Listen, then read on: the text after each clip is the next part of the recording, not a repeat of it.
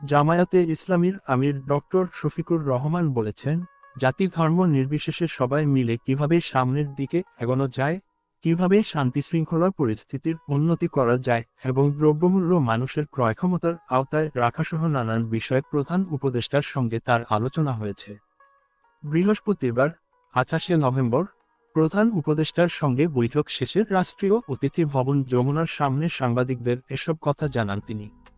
শফিকুর রহমান বলেন, প্রধান উপদেষ্টার সঙ্গে জাতীয় ইস্যুতে ঐক্যবদ্ধ থাকার বিষয়ে আলোচনা হয়েছে। সম্প্রতি যেসব বিষয় জনমানুষের মনে উদ্বেগ সৃষ্টি করেছে সেসব নিয়ে আলোচনা হয়েছে। কিভাবে ঐক্যবদ্ধ হয়ে সমস্যার সমাধান করা যায় সে বিষয়ে বিস্তর আলোচনা হয়েছে।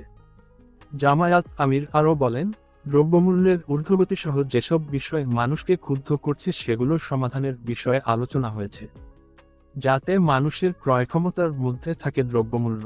এছাড়া সামনে রমজান, সে সময় যেন কেউ কৃত্রিম সংকট তৈরি করতে না পারে সে বিষয়ে আলোচনা হয়েছে। নির্বাচনের বিষয়ে সাংবাদিকদের প্রশ্নের জবাবে শফিকুর রহমান বলেন, ন্যূনতম সংস্কার দ্রুত করে নির্বাচন দেওয়া উচিত।